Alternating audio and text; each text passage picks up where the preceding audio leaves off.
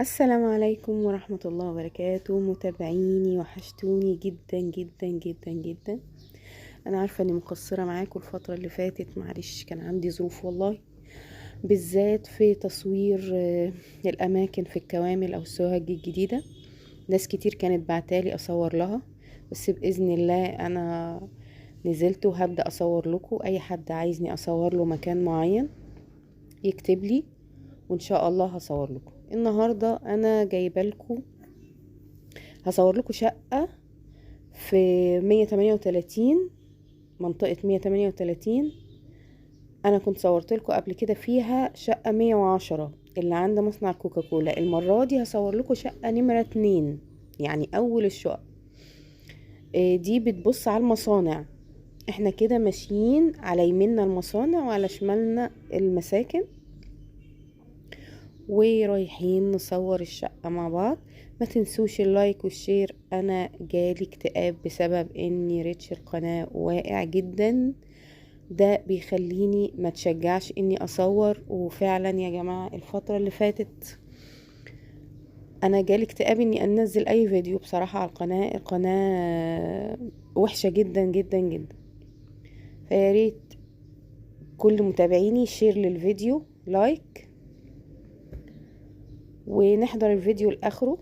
انا عارفة طبعا ان الناس اللي متابعة شقق الكوامل واللي عاوزة تشوف التطورات فيها هتتابع الفيديو لاخره. بصوا اللي انا لاحظته المرة دي، انا ليا فترة بصراحة ما نزلتش.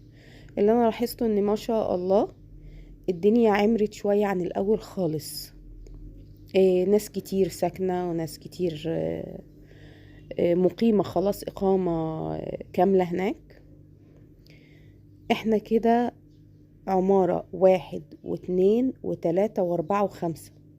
تمام. الحتة اللي انا بصور فيها دي عمارة 1 و2 و3 و4 و5. اللي انا هطلع اصور الشقة فيها دي عمارة 2.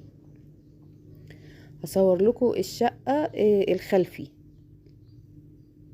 بس برضو في اخر الفيديو هوريكم البلكونات الامامي دي برضو بتبص على ايه. دي كده عمارة 2. واللي انا بصوا اللي انا صورت، اللي انا كنت لسه بصورها دي عمارة 3. ناس ساكنة فيها برضو، وحاطين ستاير وناشرين وزي الفل، والحياة زي الفل. زي ما قلت لكم قبل كده، منطقة 138 تشطيبها حلو قوي عن شركات كتير انا شفتها ما كانش تشطيبها حلو. بس يمكن دي حاجة واحدة اللي انا شفتها. السيراميك، كان في سيراميك كده مفقفق في الأوضة الأخيرة. مش عارفة انا جبته لكم في التصوير ولا لا. هنركز بقى في التصوير في اخر الفيديو. بيبقى الدور نظام 4 شقق، 2 اماميين و2 خلفيين. انا بصور في شقة 19 دي خلفي.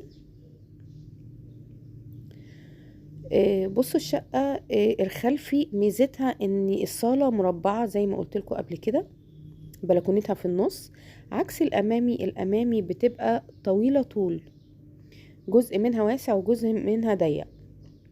لكن دي ما شاء الله لا قوة الا بالله، حلوة خالص انها مربعة ربيع، تعرفي تظبطيها حلو.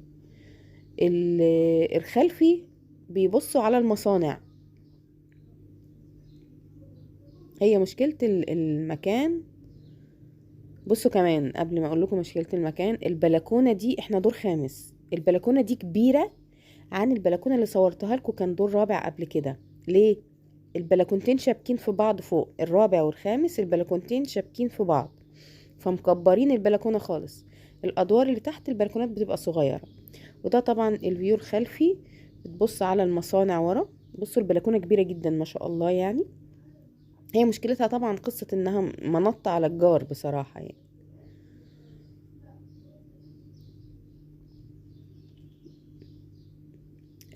الشقة بتستلميها طبعا سيراميك ودهان وكل حاجة.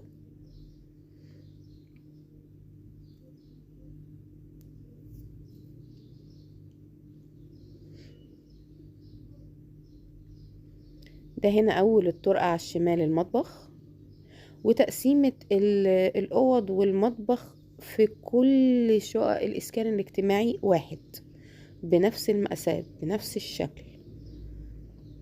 تمام. هي الصالة بس اللي بتختلف ما بين الأمامي والخلفي. هنا على اليمين أول أوضة، والأوضة اللي على اليمين هي واللي جنبها بيبقوا نفس الحجم زي ما قلت لكم قبل كده. برضو الأوضتين التلات أوض والصالة بيبصوا على نفس القصة. المصانع تحت.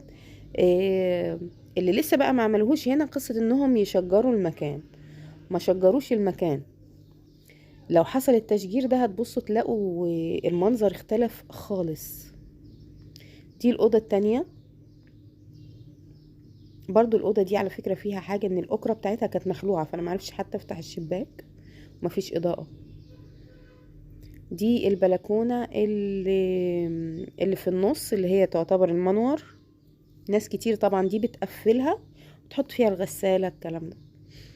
وادي الحمام. وزي ما قلت لكم هي المساحات كلها واحدة، بيختلف بس ايه وضعية مثلا الكومبينيشن الحوض الكلام ده. دي الأوضة التالتة واللي هي المفروض أوسع أوضة. هو اوريدي التلات أوض صغيرين مش كبار.